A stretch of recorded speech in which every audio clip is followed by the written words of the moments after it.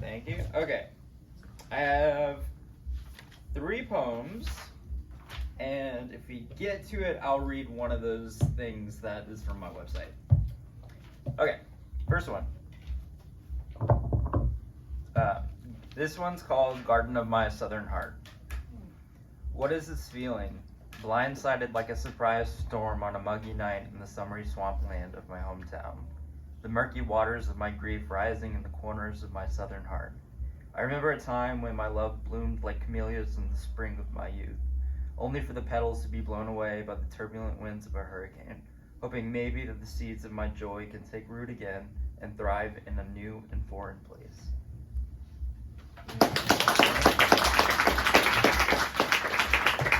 Okay, this one's called Writer's Block. I just need to write something. Ideas bubbling under the surface, ready to have their souls bared on a blank page. If only my mind was ready to release them from their captivity. I just need to write something. Today I shared a poem I was able to get out. The praises from their readers shocked me, like a surprise firework in the night.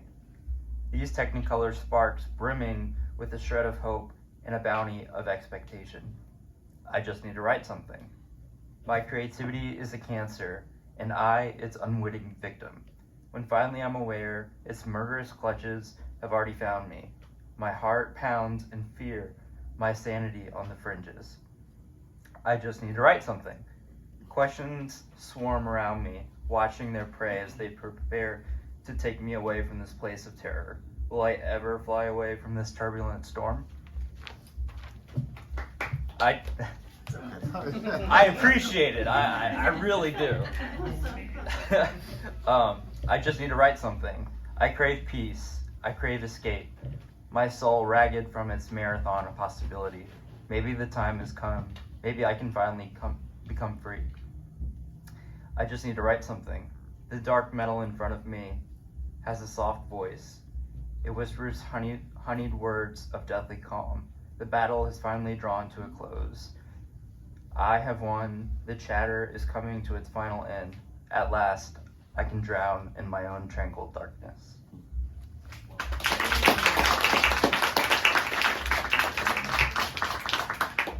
Okay, this one I wrote when I had 2 beers today with friends, and I wrote it right in front of them.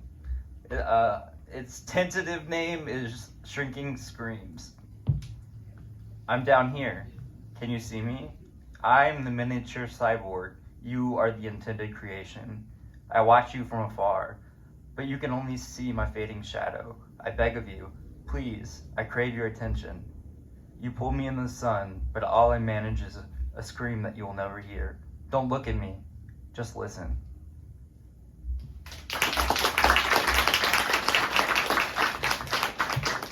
How am I doing on time? You're fine.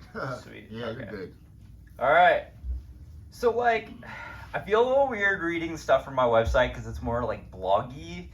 It's like memoir style. It's like President Obama meets emo kid's diary. It's that kind of thing. That's the style of how I write. So I just realized I didn't even pull it up. Fellow Americans.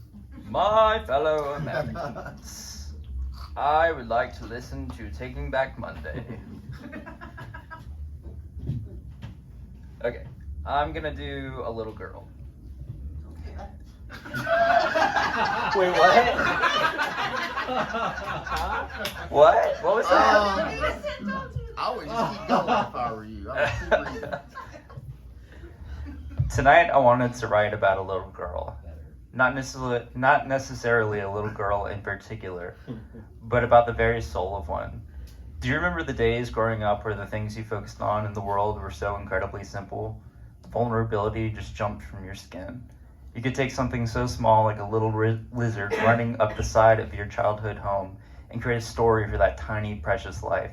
You'd be able to create an entire backstory. The lizard wanted to be an explorer, climbing up limestone on a daring adventure to find sunlight, or maybe its lost brother. Something just so very pure was something you couldn't look past. Now imagine a small girl, looking at life and finding the untouched beauty in her perspective on such a fast-paced, moving world. Oh, the things we could learn from someone so innocent. You want to do everything you can to protect her from what is out there for her to learn. You would do anything to maintain her simplicity, her naivety. What I find so perplexing is how we could look down on such an admirable trait, to be lost in a place of so much wonder and mystery. Here I am, sitting at my desk at 1:26 a.m. That's the exact time, by the way, I remember it. Imagining that just for a moment, I could channel my inner 7-year-old girl. I mean, let's be honest. Gay. So I understand that probably screams pedo.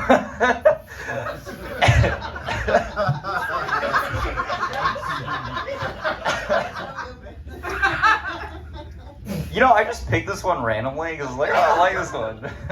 Great idea, Chase. Yeah, right. Let me reread that. So I understand. Gosh. Okay. So I understand that probably screams pedo and creepy on a bunch of levels. Obviously, I'm self-aware enough to know that I'm a 25-year-old man. Oh, I was 25 at the time. It's been a while. And I'm very comfortable with that security. Man, do we live in an age where we have to justify so much. Obviously, I'm having a stereotypical quarter-life existential crisis, if that wasn't evident. Back to being a little girl. You're gonna laugh every time I say little girl. Back to being a little girl. Or actually, we moved on a bit. Now we're discussing a little girl who's in the process of growing. We've advanced from being the silly age of 7. We've let a few years go by and more vulnerability has been stripped away with pain. Here we are, imagining the life of a 12-year-old girl.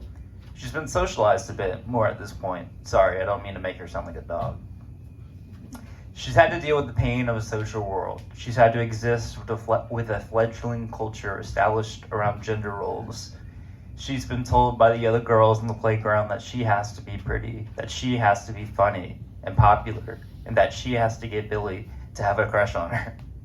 What I'm getting at here, well, isn't it clear? She's searching for validation. At 12 years old, this slightly older little girl has to deal with social acceptance, a concept that begins to mar the very thing that made her so bright and starry-eyed in the first place. She's brought into an existence witnessing nature in its rawest form and wondering how she can create and preserve its beauty herself. Then she's told to worry about how to keep that beauty alive in herself, or more so, the appearance of herself. I guess I'm bringing to light the issue that women have to face from the deep patriarchal